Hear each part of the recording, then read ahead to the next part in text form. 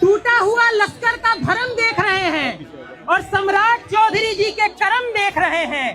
ताकत का नशा अक्ल पर इतना हावी है आपके सम्राट जी, आप देख ना सकेंगे जो हम देख रहे हैं। पूरा समाज जिस व्यक्ति को अमर शहीद की उपाधि दे रहा है, यदि सरकार उस व्यक्ति को अपराधी बोलती है और उसके बाद कहती है कि हम इनकाउंटर करते हैं, तो फिर इस सवाल का जवाब इस देश की न्यायपालिकाओं को खोजना पड़ेगा।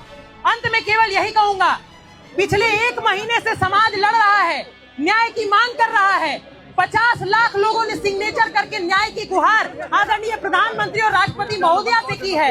आदरणीय प्रधानमंत्री जी की ये जिम्मेदारी है कि हमारे भरोसे पे खड़े उतरें, निष्पक्ष जांच का आदेश दें और सिटिंग जस्टिस के नेतृत्व में जांच करा के ये तय करें कि ये इनकाउंटर थी या हत्या थी। अंत में केवल यही कहूंगा कि सत्ता के शीर्ष पे बैठे हुए सम्राटों को यदि घमंड है तो पाटलिपुत्र और बिहार की भूमि में कई सम्राटों को उखाड़ के फेंका है। अभी हम लोग करबद्ध निवेदन कर रहे हैं, हमारी बात मान लीजिए।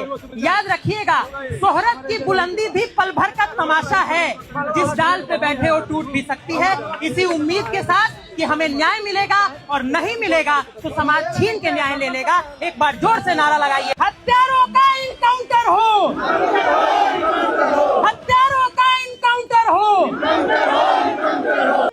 जो सच और झूठ में दूरी है वो दूरी समझते हैं, सियासी सम्राटों की हम भी मजबूरी समझते हैं। आज देखिए कि क्या स्थिति बना दी गई।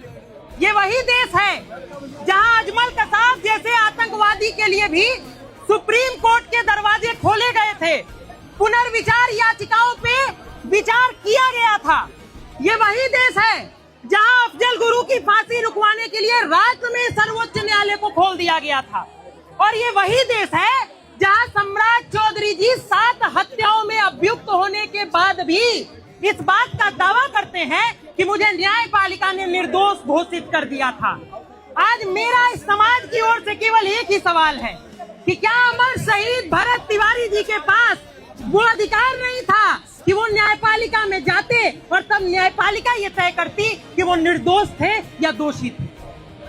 सबसे बड़ा सवाल तो ये है कि जब पुलिस प्रशासन ने प्रेस कॉन्फ्रेंस किया तो कहा कि हम तो अपराधियों का इनकाउंटर कर रहे हैं, जबकि भारत के संविधान की व्यवस्था पुलिस को अपराध आंखों के सामने हो जाने के बाद भी आरोपी घोषित करने तक का अधिकार देती है। दूसरा बड़ा सवाल ये है, तो क्या बिहार की पुलिस अगर लोगों को अपराधी ही तय करने लगी है तो अब न्यायपालिकाओं को बंद करने का समय आ गया है क्या?